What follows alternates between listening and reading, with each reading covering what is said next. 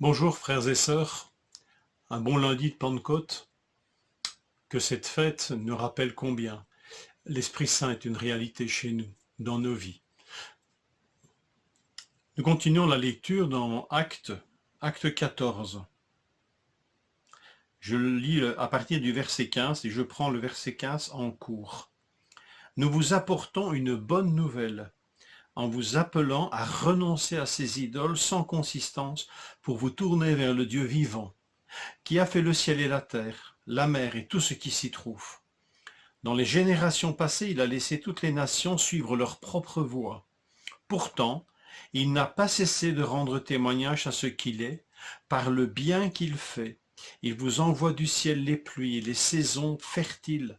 Il vous comble de nourriture et remplit votre cœur de joie. Samedi, nous lisions l'annonce de l'Évangile à des Juifs pieux dans une synagogue et à des craignants Dieu. Dans notre lecture de dimanche, nous avons vu que cet évangile a eu un double effet, rejet ou acceptation. Mais c'est difficile en ces temps de Pentecôte de ne pas surligner le verset 52 du chapitre 13.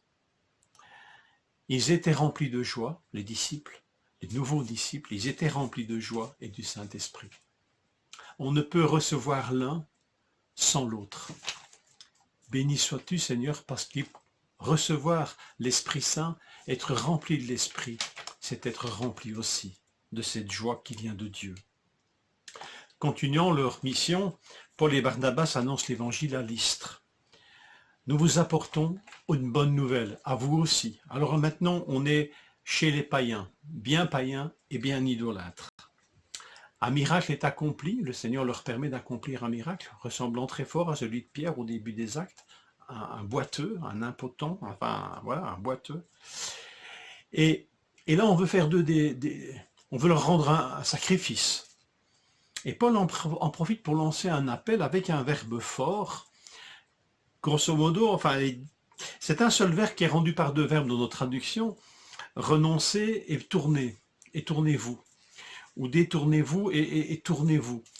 En fait, c'est le verbe conversion, le verbe se convertir, pardon, donc qui implique un demi-tour. Donc forcément, quand on fait un demi-tour, on se détourne et on se tourne vers autre chose.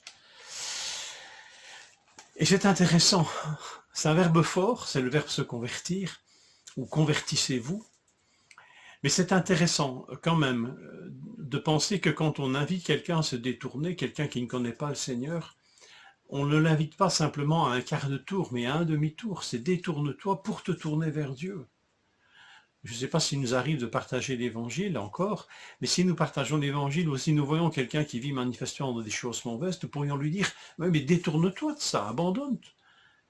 Mais n'oublions jamais que le mouvement complet, c'est se détourner pour se tourner vers Dieu. Et donc, ne nous limitons pas à un quart de tour, ce qui n'amènera la personne à aucune solution. C'est se tourner vers Dieu. Mais pas le Dieu limité tel que Israël, finalement, on était arrivé à le limiter. Notre Dieu, le Dieu des Juifs.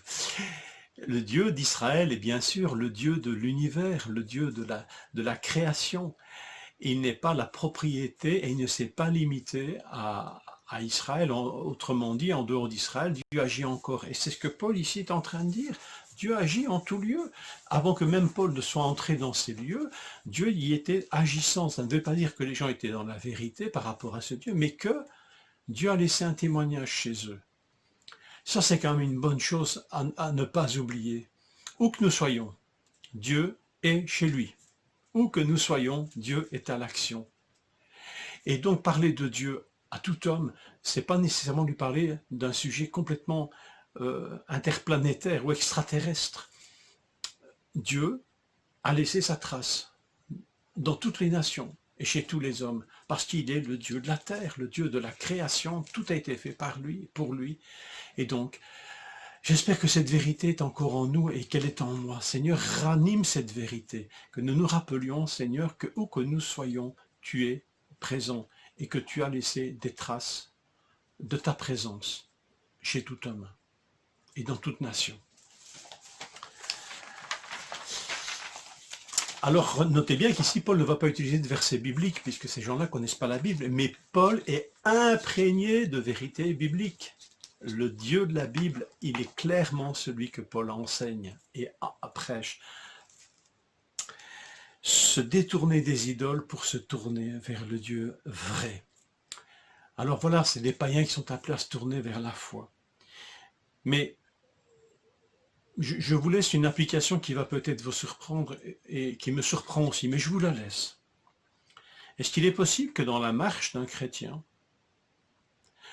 on puisse se détourner de Dieu, au point que l'on doive entendre un message qui nous dit « Convertis-toi, reviens vers moi, abandonne le chemin où tu t'étais égaré et reviens vers moi ». C'est aussi un appel à la conversion. Est-il possible que nous puissions nous détourner du chemin droit à tel point que Dieu nous appelle à revenir vers lui? Je vous laisse ce verset de l'épître de Jacques qui s'adresse à des frères. Il ne s'adresse pas à des païens. Il dit « Mes frères, si quelqu'un parmi vous s'est égaré loin de la vérité et qu'un autre l'y ramène, c'est le même verbe ici, sachez que celui qui ramènera un pécheur de la voie où il s'était égaré sauvera une âme de la mort et couvrira une foule de péchés. » Oui, le retour à Dieu est toujours possible. Que l'on soit un païen, ou que l'on soit peut-être un chrétien qui s'est égaré. Seigneur, béni sois-tu pour cela. Bonne journée, mes frères et sœurs.